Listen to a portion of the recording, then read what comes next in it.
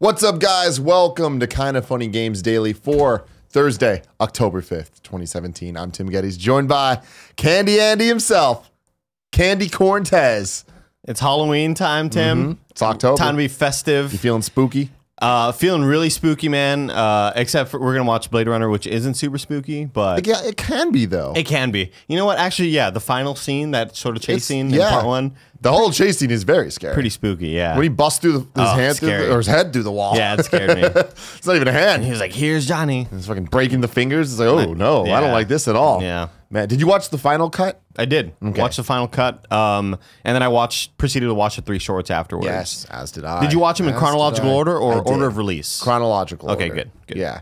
I mean, not that it really matters. Yeah, but it's cool hearing like about the blackout Yeah, and then exactly. the events that precede that. Yeah, Pretty damn pretty cool. And we're watching them tonight. Thanks for joining us in this Blade Runner podcast. Hell yeah, man. All your blades, all your like, runs, subscribe, they're all man. here. Yeah, dude. We're going to do some scary Let's Plays later for party mode. Yeah, I'm excited very for excited. Probably going to do Five Nights at Freddy's. And so essentially for the month of October and November 1st, since we're kind Which of I like off to a refer day. to lovingly as Dia de los Muertos Eve. Yeah, absolutely. We're going to have 2 Friday the 13th party modes in the next couple weeks, and then I guess 2 other scary games. We're going to figure it out because Yeah. I want to play Five Nights at Freddy's. I want to give the original Slender a shot. Okay. Because I've played it before, but Nick has only played The Arrival, and he did really bad, if people remember. I remember. Our I Let's watched Play. that when I was It was horrible in the community. Yeah. But Slender one's a bit more basic and it's quicker. So what I want to do is have me, you, and Nick. We'll turn the lights off. We'll get real low. Oh man. I don't know about getting low. We can do whatever we want, and we'll play and see what When happens. the lights off, who knows what'll happen? Who knows what'll happen? Who knows where hands will go? Everyone, keep your eyes on the hands. Pretty excited. Little housekeeping here.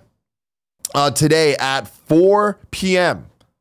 Pacific time on twitch.tv/kindoffunnygames, Greg Miller will be hosting. Oh, actually, that's not true. On IGN.com, Greg Miller will be hosting a WWE cross IGN WWE Esports Challenge, where It's a lot of letters. It's a lot of initials. So many letters.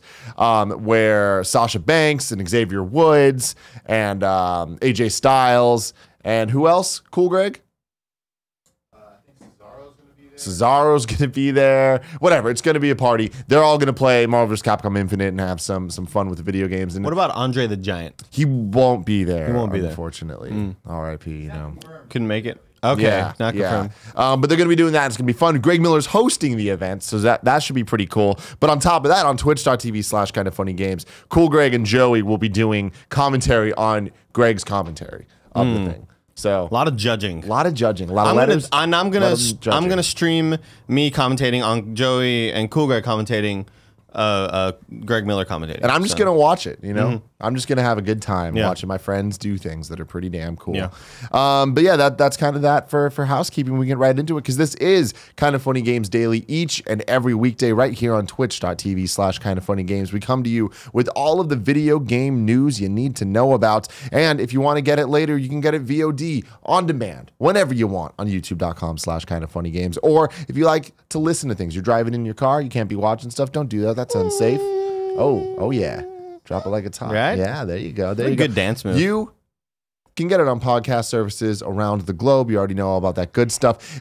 Even if you don't watch the video, you don't listen to audio, if you could subscribe on either iTunes or YouTube, it means a lot to us. Those numbers actually do go a very Helps us long out, way.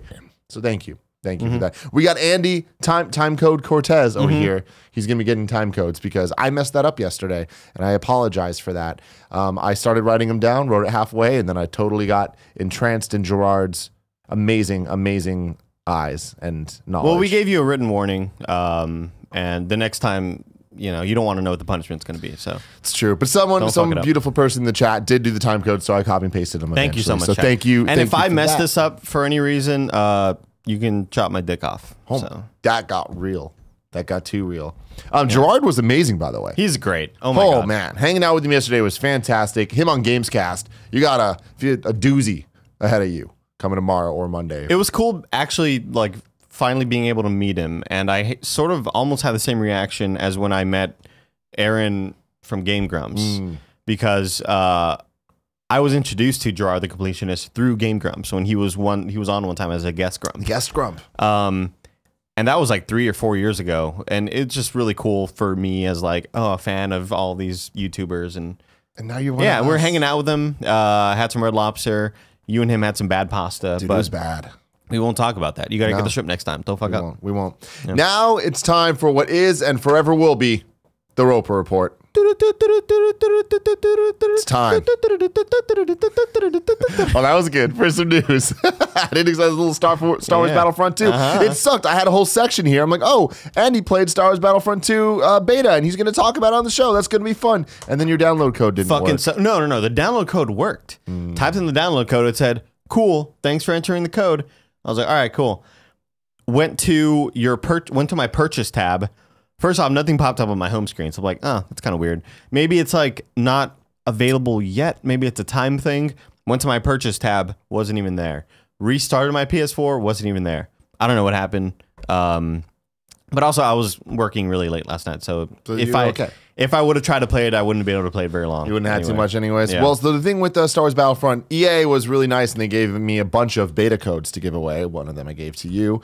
And yesterday I gave away a couple. In this show, I will be giving away 4 beta codes, and I'll say them in first come, first serve. So get your PS4s ready. Get your internets ready, whatever it is. 4 codes? 4 whole codes. Whoa! Yeah. See, right here, if we had like a producer, like a camera person would have done the fucking zoom in on me. Like, what? Yeah. And earlier this morning, I also gave away 5 codes on the Kind of Funny Facebook group, and I gave 5 codes away on the Kind of Funny Reddit. Look at you fucking helper. Hey, well, maybe keep one of those for me in case my code didn't work. Well, they're gone. Oh, shit. Okay, well. All right. Like I said, 4 stories. The first one. Oh. I have to do the Kevin impersonation. A baker's dozen! Oh, damn. There. Yeah. I don't like it. He gets really intense with it. You know? Can you stay on vacation for a while? Forever. Yeah. How nice is it, man? It's just been quiet. Been very quiet. A good time. But you know what? When stuff breaks, we're going to miss him. Absolutely. It hasn't broke yet. Yeah. So I marked 520 Star Wars Battlefront 2 talk. I don't know. We'll feel it out. Don't do that. We'll feel it out. Okay. Assassin's Creed has difficulty settings. Top story of the day. Origins, yes. This comes from Games Radar. Assassin's Creed Origins just isn't finished changing everything we know about the franchise. Not only is there a quest system this time around, an eagle to scout ahead with, it's, well, Eagle Vision, an RPG skill tree, and loot, there's also a series first in the shape of a difficulty setting. Things are going to get tricky in ancient Egypt. It's tricky to rock a rhyme. Quote, for us to be able to deliver this experience to a mainstream audience, a larger audience, we have a huge fan base. We have a lot of people who play for different reasons, explains game director Ashraf Ismail in an interview with Assassins Central. Quote, some people play for the historic context. I'm stopping there. Dude, I'm sure there are some people. I played to not get into the future, and then they threw future shit at me. I was like, nah. Some people for the narrative, some for the gameplay, and what we felt was going deeper into the gameplay challenge of the game. We're feeding one part of the audience, but not others, so it was a natural step for us to think, well, let's give difficulty settings. But don't worry, you don't have to make decisions at the very start of the game. You can start on normal and work your way up or down from there. If you really want that very difficult challenge, you can set the game to a harder setting, continues Ismail. We've seen situations where people have asked, you know, I want the game to stay at a normal balanced difficulty, but I'm having difficulty with this boss or this moment, so can I switch? So yeah, we allow it to switch dynamically. There you go. In terms of what will change, easy isn't going to turn off the difficulty altogether. You have to wait for the Egypt discovery mode for that. You hear about this? No. Egypt discovery mode, they talked about it, I think, last week. Essentially, it's going to be a mode in the game where there's just no challenges. You just get to walk free and roam explore. mode, it's free roam, but like there's no boss fights. There's no fighting enemies. Are there enemies? I don't even think there is. It's just you're just walking around in the world. Weird. It is. That's odd. It is. You'll have to do whatever you... You'll still have to do whatever you run into. There's much easier to handle, and the reverse is true for hard. Stats are much more aggressive. There's a bigger curve of difficulty, and enemies are more aggressive themselves, so we can play with a few settings. Having already had Bayek's skull eaten by lions, I'm looking forward to cranking up the difficulty and trying out a new, more deadly creed for more Assassin's Creed, blah, blah, blah. Okay, cool. So, what's your read on this? My honest read? Yeah. My honest read is, didn't know that there wasn't difficulty settings.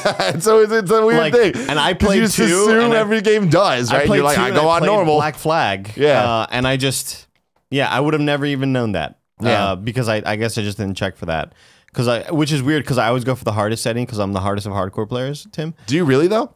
No, God, no. No. What's your default? Are you a normal guy? I'm normal, yeah. Me too. I'm normal, and even if that gets difficult, I'll go to easy because I'm not trying to waste time. I'm not trying to impress nobody. Yeah, exactly. I need to get through this game, and I have way more other things to do. More other things. I get what you're saying. Yeah. I'm the type of guy. I have nothing to prove. I'm not trying to be Mr. Pro Gamer or whatever, and I'm not that good at games. Not that I'm against going to easy, but I've never done that in my history. I like to stick to normal because I feel like that's how the game was meant to be played. Like that's how it was designed for the largest audience, and that's where the balance is. And usually what I found in games like Halo, for example, the normal difficulty is where it's just like, hey, here's how the game was meant to be played. Heroic is where it gets a little bit like, all right, it's harder. But Legendary is when they really focused on the balance again on a much tougher scale. So the more options there are, I feel like typically and traditionally, it's been less focused and less balanced and less of an experience that's designed, right? And Halo's probably not even the best example to use because they are pretty good about it. But my one concern about this, I think it's great that there's options. And why not? If people just want to walk around and see Egypt, I guess, sure, let them do that. It's also easier to make trophies with different difficulty settings. That's true. Did this on normal, did this on hard. And yeah, being able to shift it dynamically is cool from a gameplay perspective, but how does that affect that stuff? But again, the people that are going to play for the trophies, are they ever going to switch anyways? Like, it doesn't matter, right? But what concerns me here is that it's going to be a little mismatched and there's not going to be as much care put into each difficulty setting and having actual changes that aren't just, oh, the enemy's life bar is longer. Or, you know what I mean? It takes more hits or you take less hits or whatever it is. Like that, if it's just that side of stuff. It's going to be pushing numbers kind of sort of stuff. Pushing the numbers. Who cares? Yeah. You know, but. Different ads. Well, I don't know. I think if they have enough confidence to put in a free roam Egypt mode, to me, that shows that they're really confident in this game. That you would want to just explore this world without having any sort of combat, like almost No Man's Sky style, like just sort of like just to be in it, a voyeur. Yeah. That shows me that they have enough confidence in this game that they can pull this off. I don't think it's anything that anybody should be worried about. Because at the end of the day, I feel like a lot of games still are just numbers being pushed. Yep. Higher damage output. More squishiness to certain bosses, stuff like that. I don't know. We'll see. I think it's fine. I like hearing you talk about games because you have that game dev side to you where it's like you just refer to things in a way. It's like squishy bosses. That's an interesting. Is it? Way to say. I know other people would say that, but like I feel like you come at it with like this authoritative knowledge. Yeah, I mean, you know, when you've developed the top games in the world, Tim, such as Ruby Grim Eclipse. An Andy Cortez game. Yeah. And call it. Lord British's Shout of the Avatar. When you're developing Cool Greg, can you listen to me? Because I'm talking about really... No, I'm kidding. I love like catching Cool Greg off guard and being like, I'm talking about really important stuff here, even though I'm really not. No, I'm kidding. I only did art. I don't know anything about numbers and stuff like that. But I know that because we were such a small team on the Ruby game, that like all of us sort of had input. So it was like 6 of us like, yeah, you should probably make that guy put out more damage, or you should make this super a lot less powerful, stuff like that. So there you go. Yeah, you're in the know. Game dev, man. Number 2, this comes from IGN. Street Fighter V Arcade Edition is official. Capcom has now officially announced Street Fighter V Arcade Edition with a release date of January 16th, priced at $39.99. While all of the new features will be added to the original Street Fighter V for free, as they originally promised back in the day, the Arcade Edition will come with codes to unlock all Season 1 and 2 DLC characters. These will still only be unlockable through in-game means for current players. It will finally feature an arcade mode that will let players choose from 6 different paths themed after classic Street Fighter games. That's interesting. This game, man, it just is so tortured in that this should have been there from the beginning. And I feel like had it been there, it would have served the game so much better than it coming out years later. And it's one of those things where not that the arcade mode even really matters. The people that are playing Street Fighter that intensely are the pros they're in it for the multiplayer. They're in it for the competition. The arcade stuff is for the more mainstream or whatever. But the problem with this is the bad news got ahead of the quality of the game. Right. Everyone's talking about how Street Fighter V is empty and Street Fighter V is missing So this or stripped this or down, whatever, sort of stripped down. And it's like there's this negative connotation with the game that you can't really shake years later, even though it's all free. Like at the end of the day, this is all good news where the people that bought that game are getting this free. You can buy it if you haven't bought it yet for $40 and have everything cool. But it feels like a No Man's Sky situation. Exactly. Yeah. Where it's like, had this been earlier, it would have been really great. Here it's like, all right, does anyone care? And we'll see. Like, we'll see how well Street Fighter V Arcade Edition sells, because I bet it doesn't sell that I'm really well. worried about how these fighting games are getting so like quartered off to be like to cater only to the hardcore fan. Because I felt like back in the day, everybody bought Mortal Kombat and everybody bought Street Fighter, and now those games are like reserved only for the. Not that they're only being reserved for the technical sort of minded fighting people, but I see less and less casual players like myself buying fighting games. See, I don't know if that's true, though, especially in Mortal Kombat's case. Because Mortal Kombat, when we were at IGN, something that blew my mind was that Mortal Kombat X, the lead into that, those videos performed better than anything else on the site. Really?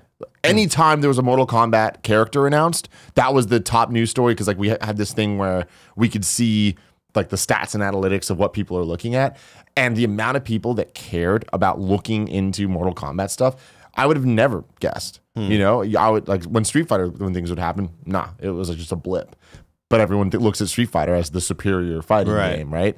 I think Mortal Kombat still does kind of have that more casual pick up and play, like it's a fun party game feel than the Capcom games that are a bit more of what you're talking about, where it's like they're designed for the hardcore and all that. Marvel vs. Capcom Infinite, for all the issues that game's having, from what I'm hearing, people really like the gameplay. Yeah. Like anybody that has, like there's this dude, Mark Ryan from IGN, who loves Marvel vs. Capcom 3, and he's all about the gameplay. And I saw him tweeting about how it solves a lot of the problems and it strips a lot of the fat that MVC 3 and even to an extent, you know, 2 had, and everyone loves 2. 2's the favorite, but by going kind of back and like adding the Infinity Stones or whatever they did, they're saying that the gameplay is great and it's easier for new players to understand, but there's still a lot there for the hardcore competitive scene to easy to learn, difficult to master, impossible to master even. But we'll see, because again, that's another game laden with a lot of issues and a lot of just bad juju going around it. Yeah. Like the character models looking horrible, and even though they Spider-Man's neck is like an inch long. Yeah, and it's like, what the hell are you guys doing? You know, it's like these are just bad decisions. One of my best friends, Caesar, he's really into the fighting game community, and he's been playing competitively for a long time. He was really excited about Sigma being announced, and to a lesser degree, I'd say like Black Panther, because he doesn't really care much about the Marvel side of things. Except he mained Wolverine in like MVC 3. Like it was R.I.P. Wolverine 0, and I think Frank is Wesker. Frank West. Yeah. So he's excited for Sigma, but based on what a lot of people are saying, it's like, well, Sigma should have been included, because if he's like kind of a boss-ish, that shouldn't be something that's DLC. Yeah, I don't know, man. Should I label this MVC? Yeah. Oh, no, Street Fighter. Right, I labeled that. I labeled Street Fighter 1350. It's a Street Fighter okay, story. Cool. Yeah, Rover's Report, they'll be each their own time. Okay, cool. The next story, this isn't so much a news story, it just as a statement. Middle-earth Shadow of War reviews they're in. Have you seen these? They're good. They're good. Very good. Metacritic score currently of 86. Yes. On the high end, there's sites like Cog Connected that I've never heard of, giving it 94s, that are kind of bumping it up to that Metacritic. On the low end, we got Polygon with the 7.5, but when it comes to kind of the bigger hitting websites, Polygon 7.5, Game Informer 9.5 out of 10. Wow. IGN 9 out of 10, and then GameSpot 7 out of 10. So when like those are the ones that I look at, I'm kind of like, they're the big boys of the reviews, and it's interesting that out of the big 4, 2 are 9s and 2 are 7s. So it's like, I guess this is Nate something. Sure, right? Yeah. Now, I did read Total Biscuit talking about the microtransaction issue, where he was, well, I should mark this. I didn't mark the time code. Look at that. I'm already fucking up for you guys. I'm sorry. Good, I'll try better next time. I'm going to assume that like at 19 minutes or 1854. Go for it. 1854. I'll go 1854. Columbus sailed the ocean blue in 1854, man. And I'm going to put Shadow of War reviews. Yeah, I was reading some tweets from Total Biscuit that some people were kind of talking about on Twitter. That's gaming Twitter's kind of all about these tweets right now, where these loot boxes that they're giving you, that like legendary orcs spawn from your standard ones, but you have to buy loot boxes in order to get epic orcs, which is like the highest of the high. And also there's apparently an alternate ending in one of the loot boxes. What? I don't know the exact source of it. You can go to kindoffunny.com/you're wrong to let us know about that. Let us know. But I'm going to look at it right now. Okay, I'm opening up his tweets. So we're filling time. We're talking. I'm looking at these tweets. Fuck, hold on. Yeah, so he's talking about like this hideous sort of model of, you know, feeding into people's addictive personalities with loot boxes and stuff like that. Legendary, according to the GameSpot review, legendary orcs are only available in paid loot boxes. Random loot boxes in game will only give you epic. So anyone that thought they wouldn't lock content behind a gambling paywall, you're fooling yourselves. It's Warner Brothers. Polygon reports that the game's fourth act, which unlocks the true ending, requires the use of loot boxes, or it will become a hopeless grind. While some outlets scared for their future review copies glossed over it, at least a few had the spine to call out what the system does. It turns a part of the game into a hideous grind unless you spend real money, and I'm not even talking about multiplayer at the fourth act. Yeah, I don't know. So that's what Total Biscuit's talking about. Man, interesting. So, but then I did read some other people saying that, like, hey, you don't even have to fuck with microtransactions. Oh God, my tongue's like slow today. You don't even have to fuck with microtransactions in order for this game to be fun. In order for this game to be a 9 or an 8.8 or whatever. Andy's 30-second review, I'm going to give it an 8.8.4. Okay. Points. Are you going to play this game? Absolutely. Are you a Lord of the Rings dude? I love one of them fucking I love nerds. the Tolkien world, yeah. So I'm the type, I only read Fellowship, but I'm not kidding you, Tim. This is me being very, very honest with you. I have seen every Lord of the Rings movie. Every one of the 3, right? This isn't like in total. I have seen every one at least like 50 times. What? Yeah. That is insane. It's always the Hobbit movies. It was always on. I've seen the Hobbit movies a few times. Yeah, I love the first one.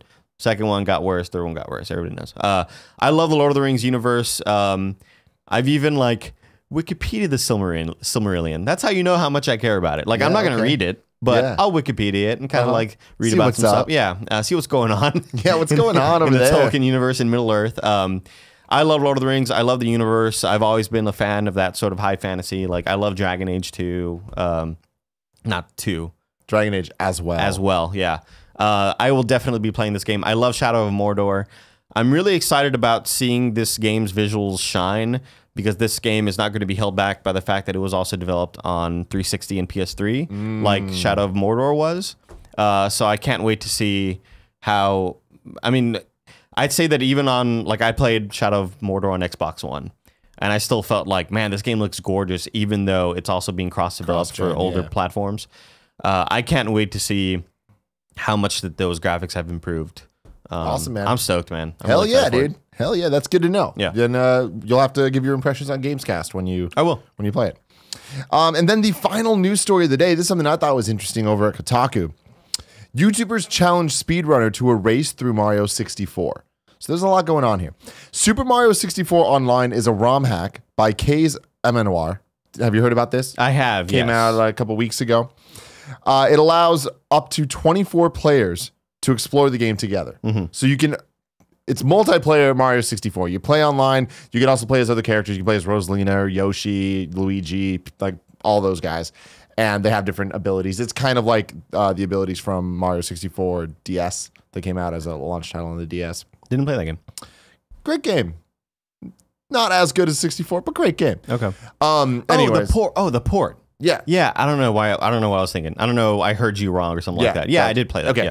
Yeah. Anyways, you can play and you can all kind of work to get stars together. So what they're doing here is a group of 10 YouTubers, including Hobo Bros and Muselk, faced off. A lot of words there. A lot of weird. A lot of weird like vowels next to consonants. I think I met Muselk before at the God of War speedrun thing that me and Greg How do you spell his name? Let me see it. Muselk. That sounds really It familiar. sounds familiar. Yeah. Anyways, they faced off against Simple Flips, a Super Mario 64 speedrunner, in a race to collect 70 stars and beat the game. The YouTubers worked collaboratively, sometimes collecting multiple stars at the same time as they spread out throughout multiple levels. Simple Flips and the YouTubers were mostly tied until the very end. As the YouTubers battled against Bowser, the final boss, Simple Flips was slightly behind and started to blaze a furious trail through the game's final level. The YouTubers comically panicked as they saw Simple Flips catching up, doing leaping over obstacles and using shortcuts the YouTubers were unaware of. In the end, Simpleflix managed to easily dispatch Bowser and beat the YouTuber team. It took another 2 minutes before the YouTubers conquered the final boss and finished the game themselves. Simple Flips, man. Simple Flips, man. He's just fucking doing it. So what was cool about this, you can watch this, go over to Kotaku and check out the article to watch the video. You can see it's a full hour-long video. It's 59 minutes as they race through the game. And it's fun to watch because on the right side, you always see the speedrunner. And he's just blazing through the game. He obviously really understands it better than anyone else. Then on the left side, there's video clips like multicam and switches between the 10 YouTubers that are all doing different shit. So they're all in different levels, getting stars at different times. And it's like they're popping stars left and right. And it's just crazy because it's so close. 2 minutes. Like they could have had it, you know? And once you get towards the end, you can hear them freaking out. They're like, we're going to do it. And then like he just catches up right at the last second. And it's like, it was just good. It's one of those quality internet videos. Kind of like when Greg beat Zyger sort of thing. I love watching speedrunning. I love SGDQ and AGDQ, and I have to hit this vertice, frame perfect. Yeah. So I need your total silence. Total silence. Got it. Woo! And everybody like it's so awesome, dude. It's so fucking yeah. rad. We did you watch that stream that me and Greg did back in the day for the God of War speedrun thing? I did not know. I forgot what it was for, but I think it was the announcement stream of God of War 3 remastered on PS4. But they had God of War speedrunners come, and me and Greg just hosted, and it was really weird because why they have us do this, but whatever. It was just us sitting on a couch with like 5 different speedrunners, and they were playing God of War 1, God of War 2, and God of War 3. And as they'd go through, these guys, they're super cool, and like there'd be so many times, they're just like talking and chilling, and all of a sudden be like, it's serious time. Serious time. Everybody gets quiet. Serious time. And he just kept saying serious time. Serious time. Serious time. It was just like, this is fucking weird. And then it was those things. Oh! I have to quadruple jump, frame perfect. When the dragon hits the sun's laser. Got it. It's so awesome. I love that shit. Oh, Andy, I love you so much. So here is the thing. We're moving on to the next section here. This is a question from John Cena. John Cena himself. Cool, man. Hey there, the purest Crash and Sonic loving wannabe host there is. Love you, Tim. And special guest, Andy Cortez. Hey! Being John Cena usually means I have awesome days, but yesterday was different. First off, I stopped by the local GameStop to browse around, but it felt like someone was watching me while I was there. But they can't see him. They couldn't. Yeah. You know that weird feeling you get sometimes. So I headed to the Walmart next door to buy me some new thongs and baby oil. I'm sure you knew all about that too. Afterwards, I was walking down the street and a 7-year-old boy was yelling questions at me, but I didn't hear what he said. He then jumped up, punched me in the face, and knocked me smooth out. Smooth the fuck out, Greg. I woke in the hospital a few hours later to find a giant llama standing over me. It stared me dead in the eyes and asked me the same question as the boy. John Cena. If I wanted to know what was coming to the mom and pop digital grop shops, where would I go? The official list of upcoming software across each and every platform as listed by the Kind of Funny Games Daily Show hosts each and every weekday. I was like, Tim, you better give me that That's paper. goddamn right, my friend. All right, so Thank you, today, John Cena. Yeah, Appreciate that was a fun little story. Took me on a ride. It was a wild journey. There was ups and downs. I got sad. There was a lot of range of emotions. Carried and you got put. It's crazy. It's crazy. Out today, Raiden 5 Director's Cut on that there PlayStation 4 and PC. I had in time. Raiden the shooter? Yeah. Oh, okay. I had in time Xbox One, PS4, PC, and Mac. If you want to hear impressions of that, not JK, that's his Twitter. Gerard, the completionist, gives his impressions of the game on He loves it. Funny Gamescast, and he loved it a lot. Loves it a lot. So you should check that out. Axiom Verge is coming to Switch. Yeah. Tumblestone's coming to Switch. You have to fucking play Axiom Verge. Everybody has to. Play that shit. Ninja Showdown coming to Switch. Metal Slug X Arcade Archives coming to Switch. Volgar the Viking coming to Switch. Stardew motherfucking Valley coming to Switch. Joey Noel, how you feel about that?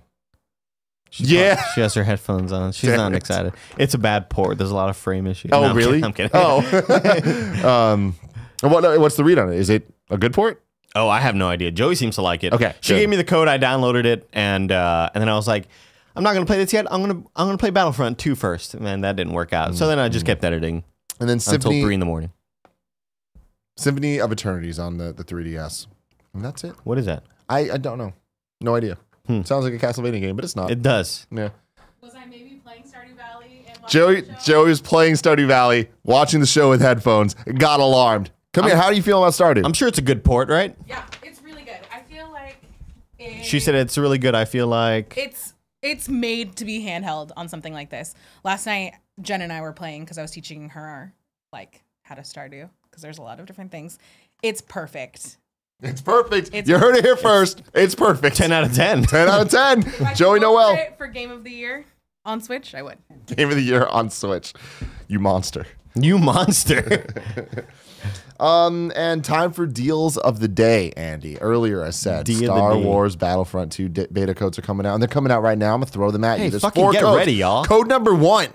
These are all on PlayStation 4. Code number 1, 5DL2, 4HNL, 5BPG. Take it to the bank. Number 2, J2C2, 3JN9, 6RL4. Boom. Boom. Number 3, 5C58, TCNR, B8GC. Bam. And finally, PKKR, MAN7, E5JL. Bam. Good luck. I mean, fucking, you did it, dude. Here's one thing I forgot. I forgot to time code when we talked about what came out. So I'm going to assume it was 4 minutes ago. Just throw it out there. It's okay. Just throw it out there. So I'm going to put, no, you know what? I'm going to put 20. Oh God, Nick opened my bag of popcorn. Cool. I'm going to put 29 minutes and 24 seconds. No, I'll put 69 seconds. No, that doesn't work either. 48 seconds. 29, 48. 29, 48. Was a Blade Runner sequel. The games that came out, right? Yes. Okay. Games that are coming out. Andy, can I have some of your popcorn? Yeah, you've eaten a few already. Nick asked if he can have some of my popcorn, and he's munching away.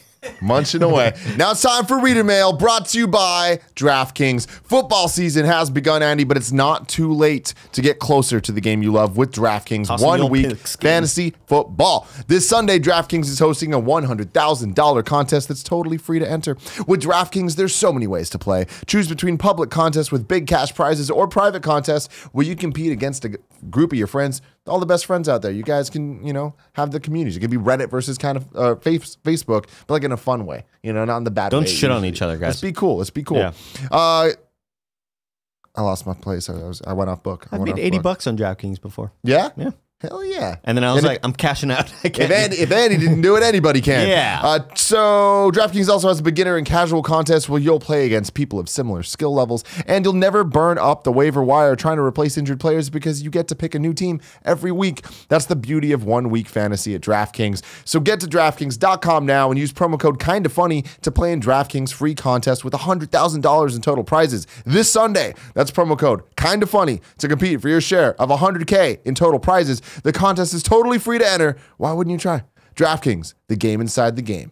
Eligibility restrictions apply. See DraftKings.com for details. Every time I read the word eligibility, I need to think about it, or else it comes out wrong. Eligibility. So go ahead and get yourself a football team and draft Jared Goff because he's probably he's a good value. All right, he's not going to cost a whole lot to be on your team, but their offense is incredible this year. The Rams, I don't know what the fuck happened. Sean McVay figured it out. There's my my fantasy advice for you. That's hot tips, man. DraftKings.com. Promo code KINDAFUNNY. Get Jason Burrow on your team. Yeah, Jason Mraz. Yeah. Good quarterback. A lot of upside. Okay. Good big arm. We got some questions here, Andy. Let's hear 'em. Let's start off with Jeff B. Jeff B says, "Dear Kind of Funny Games Daily hosts, I only have enough money to buy 2 or 3 games this holiday, and I was wondering your opinion of what to get. Shadow of War, Star Wars, South Park, Assassin's Creed, Wolfenstein 2, Gran Turismo, Mario." Oh my God. So him saying this tells me he has at least 2 of the systems. Sure. He has a Switch and at least, Switch and PlayStation. Switch and PS4. Because Gran Turismo's there. Cool. So of those games, I can't tell you which 2 or 3 to get. Here's The what question, it's really up to you, man, because I can tell you what I would get out of these. Star Wars and Mario. Really? Okay. Yeah. I would get Wolfenstein and Mario. Yeah, those would be my games. Wolfenstein. Yeah. Wolfenstein looks dope. But I mean, dude, Star Wars Battlefront 2, the campaign looks so good. It does. I'm holding out, and I'm a little worried. I'm a little concerned. Here's what I might say for him, though. I would say Star Wars only because it has that multiplayer element, and that can cover your multiplayer. That can wet your quill. You know what I'm saying? Ew. Get your quill wet on the multiplayer side of games. And then you can go campaign with Mario, I would say. Man, there's so many good games coming out. I'm so sorry for people that like can only afford 1 or 2 games because there's an overload this year. See, but here's the thing. I mean, they're going to get good games either way. But the thing is, even if they only many. get 1, there's some of these that are sizable games, man, that you can play them for a while. Yeah. But then they can just wait, and when these games become cheaper, yeah, they're going to have a smorgasbord next year. You're right. You know what I mean? It's going to be a good time for everybody. I've been on that side, and it sucks. But now I'm super rich. Now you're just like rolling in the dough, man. But no, I mean, that's the great thing is like we still have all of these games left this year. Right. How? Yeah. How? Is this the best year in gaming history? I need to wait for this year to end, but I want to do a actual look back and compare it to, because the only years that can come close are 1998, which is legendary. I mean, just off the top of my head, we're talking Ocarina of Time, Pokemon, Metal Gear Solid, Half-Life. Fucking shit. Like, and StarCraft. Are you fucking kidding me? 2013 is one of my favorite years, I think. 2013? 2013 was The Last of Us, Grand Theft Auto Bioshock 5. Infinite, Grand Theft Auto 5. Did I say Bioshock Infinite correctly? Yeah. I felt like You I did. mispronounced it. No, Okay. you said it. Grand Theft Auto 5. I forgot what else. But like those 3 games to me are just like so huge and important for this industry. The Mario Galaxy 1 year was really good too. I think that was 2007. I need to do research. Right. We can't just be throwing statement out there all willy-nilly. This is a serious games journalism show. Cool, Greg, all right? We're very serious on this show. No jokes. No jokes. No dick jokes, all right? I also like that you came up with the new Kind of Funny Games cast tagline yesterday. Video games are cool. Video games are cool, man. Video games are cool. Yeah. All right. Alex Martinez says, hey gang, like many other best friends, I've started playing Metal Gear Solid 5 for the first time since it's one of this month's free PS Plus games. How crazy is that? Yeah. Oh, man. It's certainly weird, but something I could see myself getting into. The only things hindering it to me, a newcomer to the series, is a kind of complicated UI and the fact that I don't connect to the story the way I feel I would if I had played through the whole series. It's kind of like jumping into Uncharted with The Thief's End. It would still be enjoyable, but you miss a lot of the connections and relationships that are vital to this series. Do you think playing this jumping in point is a bad idea? And what are your thoughts on not starting game series from the beginning? Thanks for everything you do. I'm getting a phone call from Tucson, Arizona, and I'm going to answer it. Tucson. Yeah. Tucson. Hello? Hi, this is Arizona. Hey. This is Larry Fitzgerald from the Arizona Cardinals. Oh, hey, what's up, man? Keep talking. I'm going to keep talking on this show. Yeah, but it's all good. What's up? Look at the fucking Tim just leaves the show. Leaves the rookin', you know what I mean? But here's the thing, Joey. I'm prepared to take on this show, all right? So Alex Martinez is talking about Metal Gear Solid 5 and just jumping in sort of like all willy-nilly.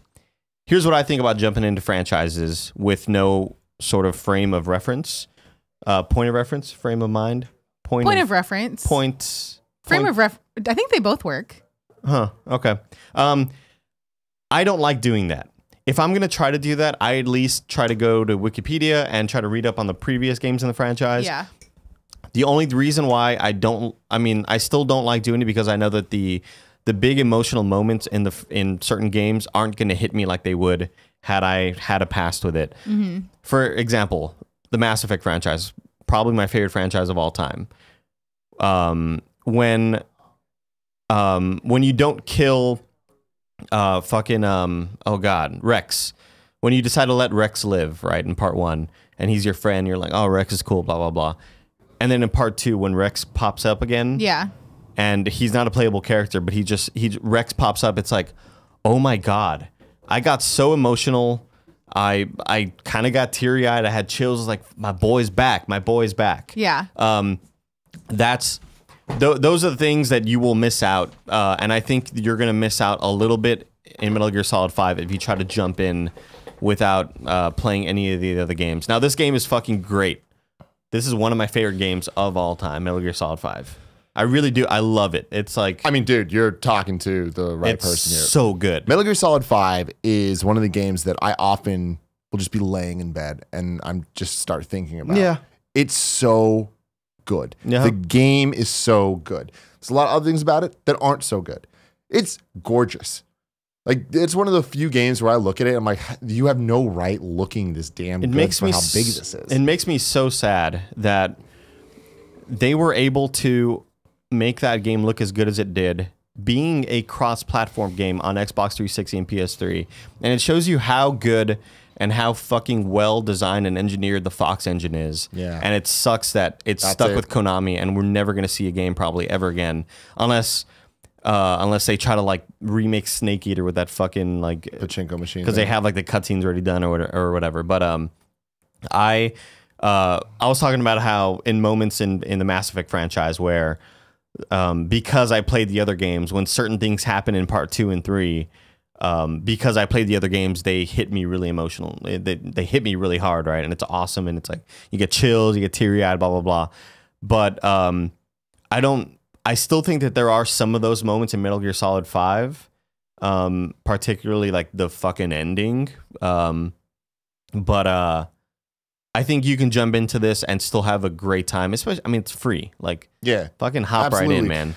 So I agree with you to an extent. I actually think that Metal Gear Solid 5 doesn't require any prior game knowledge of the Metal Gear Solid franchise. I think that the story and the characters are so...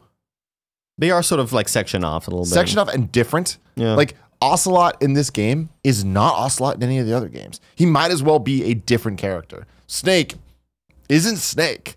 Like, there's so much decisions they made that, to me, I'm like, all right, whatever. It's confusing as hell, but if you're confused watching it and you feel like, oh, I would understand this better, no, you wouldn't. We didn't either. Yeah. You know what I mean? Understanding the character relationships and stuff in the other games doesn't really help here. I was saying what I do whenever I try to hop into a game without playing any games in the franchise, I will go to Wikipedia and just try to read some synopsises and like synopsises. Synapse. No, I don't know. No, but I'll try to read up and just try to get a grasp on what the story is. Yeah, but don't do that for Metal Gear. That'll confuse you. I mean, that's the problem. But that goes back to what I'm saying is it's like, it's confusing when there's Solid Snake, but there's Big Boss, but it's like what character's in 5, and even the character in 5, it's like, who are you? And it gets weird. Sure. There's a lot of shit. In terms of the UI, I just think that that's another thing. You just got to kind of wrap your head around it. Metal Gear games have always had kind of complicated interfaces because there's a lot of mechanics. There's a lot going on. But once you get it, it does make a lot of sense. And again, the gameplay loop in that game is so something fun. that we will talk about for generations as capturing them Pokemon. Classic. Hell yeah, man. When like Fultoning all the soldiers, I was like, this is Pokemon. Like I am trying to find the strongest, biggest, badass soldier to send back to Mother Base to train him up. And I'm basically like out here trying to catch high level Pokemon. You want to be the very best? No one ever was, man. No, God damn, that game is so good. Oh, I want to play it. Me too, man. I played it on Xbox, and it's like, I should just fucking download it on PS4, just see what's up. Give it another go. Yeah. Really good game. Really damn good game. Let's see, where do I want? I'm also labeling the questions. Yeah. Okay. Yeah. I wasn't sure if like this is just one giant section questions. No. Questions, I think, deserve cool. their own little thangy thing. Clay says, less of a question, more of a friendly gripe. Anytime you guys mention the cost of games on your shows, it's always the $60 price point. In this day and age, as surrounded as we are, the video game hobbyists, with discount programs, who the hell is paying $60 for games? Amazon Prime and Best Buy's Gamers Club offer games at $47.99 now. And really, where else are you gonna buy? Where else are you buying games from? A shoe? I understand that digital purchases are still full price, but aren't a majority of people still buying physical games? And nobody should be paying $60 because of these two great services. The only time I find myself paying $60, like for Horizon, was because I was jonesing to play it at midnight like some digital junkie, hopping back and forth on my feet and watching the timer count down. Anyway, I like you guys more than a friend and gladly support you on Patreon with the hopes of one day meeting you in person and awkwardly telling you how much you add to my day. Well, Clay, I hope I meet you as well. Clay, fucking... What's up, man? What's up? I He brings up interesting points. I think you were supposed to read that in the angry voice. there was that one. Greg Miller Who the does. hell is paying $60 for games? Definitely, that was Who the hell is paying $60 for games? That's like what Greg Miller would do. absolutely. Yeah. There's some other things coming up later that I might. It sucks that give he a died, shot man. for. Yeah, We'll R.I.P. miss Greg him. Miller. I think we refer to it, and we will always refer to it as $60 because that's the MSRP that it sells at in the most places. Now, you're right, video game hobbyists, you should be well aware of the Amazon Prime discounts and Best Buy's Gamer Club Unlocked. They're great. They're fantastic. And if you're buying games consistently, you should absolutely be in those ecosystems and commit to one of them. It's interesting because there's a follow-up question coming here. Chase Schwetzer says, hey, Kind of Funny Games Daily gang, have any of you noticed that the Amazon pre-orders for Star Wars Battlefront 2 are digital only? There's no option to pre-order the physical version of the game and get the 20% Amazon Prime pre-order discount. I've read rumors online suggesting that EA is pulling physical pre-orders from Amazon to appease their other physical retailers, and apparently this was also the case with Madden 18. Thanks for reading. Love the show. GOG 200 was heartwarming. Thank you for enjoying it. One of my favorite episodes, if not my favorite episode of the show. I didn't know that was a thing. The Amazon stuff? Yeah. Definitely is a thing. So Amazon has a tumultuous history with a couple game devs and publishers when it comes to how they sell the games. Nintendo comes to mind. For years, their 3DS systems were not available on Amazon at all. And it's all just politics behind the scenes of making deals with GameStop, making deals with Walmart, and as Lobbying. It's fucking lobbyists, dude. Exactly. Ruining this As country. we move forward with the amazing things like the Prime discounts and like Gamers Club Unlocked and like all these other incentive programs that are not the old school GameStop Power Up Rewards card and whatever, and that don't actually get you anything. It's like if you buy 10 video games, you get a cool little pin. It's like, no, man, fuck that. This is great. These are actual discounts that trade-in values are great, and you can put them towards other things and get discounts. If you pre-order, you save money. It's like it's the Wild West in a good way of video game discounts, right? But that means that the retailer, or not retailers, the game publishers are like, well, fuck. You're selling this for cheaper than they're selling it. We don't want you to be doing that. So it's creating a lot of issues. And I know this from a lot of behind the scenes conversations I've had with a bunch of publishers that are upset at this whole retail system. And it kind of becomes a war. And I've heard some things about EA being very upset. And I've heard things about 2K being upset. You don't want to get EA upset. You don't want to get EA upset. But at the same time, you don't want to get Amazon upset. You don't want to get Best Buy upset. It's like getting Eminem mad, and he's going to put out a diss track on you. And you don't want that. And you're going to get destroyed. But it's one of those things where we'll have to see where this all shakes out. But I think that the consumers are going to be affected by this, because if Amazon is your ecosystem, like it is for me, that sucks. You know, that buying Battlefront 2, you can't get the physical. You're like exclusive to Amazon, right? Pretty much. Yeah. I'm real in there. But then again, it's like if I have to get something somewhere else, I will if it's a better deal. You know, I fuck with Best Buy. I fuck with Best Buy a lot. Yeah. Mostly because of their no interest financing. And also because I worked there for 6 years, so it's like I gotta get. You just feel like you know, and you know all the tricks. Yeah, exactly. Yeah, the rewards points, get a lot of those. Yeah. $20 pops up every once in a while. Like, oh shit. But that's my problem. I guess I'll I get buy this $5 reward things all the $80 time toaster. that expire, and I'm like, well, I'm not gonna use Yeah. $5. What am I gonna get? Fucking soda. Yeah. Monster. Let's see. So the Amazon question, separate than the pre-ordering. You can keep them the same. Okay, I cool. feel like Cool. yeah. It's a topic. You know what I mean? Sure. This is a follow-up statement more than anything to the Forza microtransaction nonsense that came out a couple days ago. This comes from Suraj. Sorry. Hey, Kind of Funny Games Daily crew. I have a bit of a lengthy Forza 7 update for you, so buckle in. Anyways, I was just catching up on this week's episodes, and after hearing you guys talk about Forza after one person wrote in about the VIP pass, I thought I would send an update your way since you wanted to know how Forza fans feel. The VIP hullabaloo about gaining double cash in-game for only 25 races as opposed to every race forever, as it was in the past, was horrible for the community since there was no precedent of changing the VIP perks in past Forza games. More significantly, the change was not communicated to the community before the launch of the game, or even in the Xbox store description at the time of the game launch. The store description has now been changed and corrected. Well, on October 3rd, Alan Hartman, Turn 10 studio head, posted a letter to the Forza community regarding the VIP pass, found here if you want to reference it. You can go to forzamotorsport.net to find it. In the letter, Hartman apologizes for the confusion and frustration fans have been feeling since launch and has pledged to rectify the situation. On Tuesday, all VIP pass holders were gifted 4 Tier 5 legendary cars and... Is that a 5 or an S? It looks like a 5. We'll adjust it. And 1 million credits of Forza in-game currency. Even more significant, they're currently working on an update to change VIP rewards so they can work as they did in Forza 6, meaning double credits after every race, not just 25. Bravo, Turn 10. This is how you do PR. Congratulations to the community for being vocal and standing against this together. So yeah, there you go. Little update from the Forza community. Thank you, Forza community. Forza. Yeah, game looks real pretty on Xbox One X. That game looks real pretty. But it's like I'm worried about there's just that ecosystem. The X? I mean, like every time they want to show off the X, it's like, check out how fucking wet this car is. You know?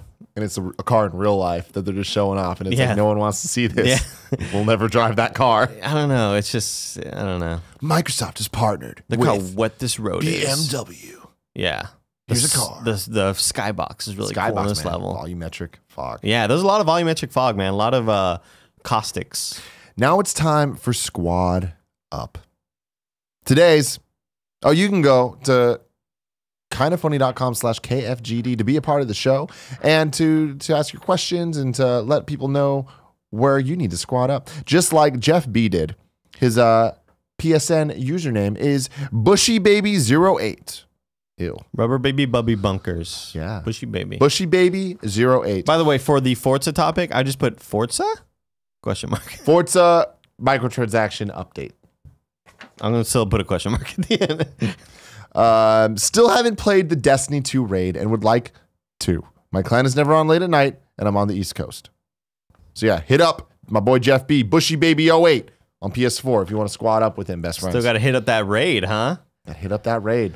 So here's some advice. If you're gonna go outside, you got to kill all the ads. You got to punch the fucking the thing with the bubble around it. If you're inside, you got to shoot all them skulls. Shoot all those skulls. That's my hot tips. Yeah, that's my Destiny hot tip. Andy, can you do me a favor? And it's time for trophy time. I'm gonna have you read this trophy time. Sure. While I look at you check you're wrong. You're wrong. Trophy time. Trophy time. It's time for the trophy time. Is that it? That's my jingle. Eventually we'll get that added in. Ryan from Wales. I'm looking to submit something for F this. Wow. I'm looking to submit something for F this PlayStation trophy. For F this PlayStation trophy. F meaning fuck. For Andy. Oh, I don't watch this goddamn show. I'll keep it short. This trophy is well known and you've talked about it before. It's the Pata Almost. Parentheses, lose a boss battle with 5 minutes, with 5% or less of the boss's health remaining. I just can't do it. In the angry Greg voice, Patapon, more like Shatapon. But I also kind of felt like I was bringing in the spirit of Double D there. With his fucking glasses. You got them glasses. Looks exactly like Greg. It's so weird.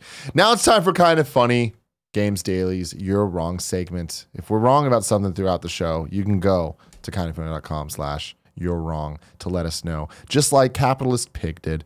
Capitalist Pig says Dan Stapleton from IGN. Wait, no, sorry.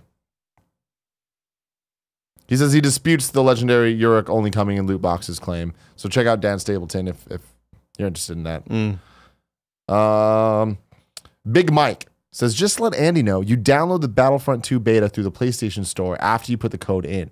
It won't appear in your purchases or download automatically. It just unlocks it so you can download it through the store. Search Battlefront 2 and you'll see it. Interesting. Good to know. Thank you so much. G2K. Toby Blue, last You're Wrong of the Day. It's important. You didn't do the jingle for the upcoming list of games.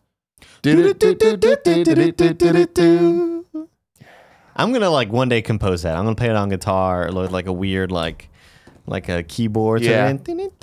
You're kind of like a keyboard cat when you think about it. I can be, yeah.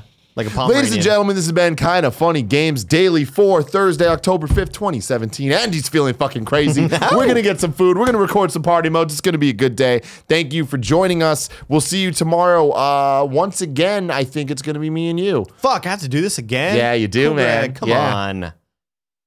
Big boss, cool, Greg. Damn, man. Until next time, I love you. Ruling with an iron fist. Oh, and this handshake, yeah. Thanks, cool Greg.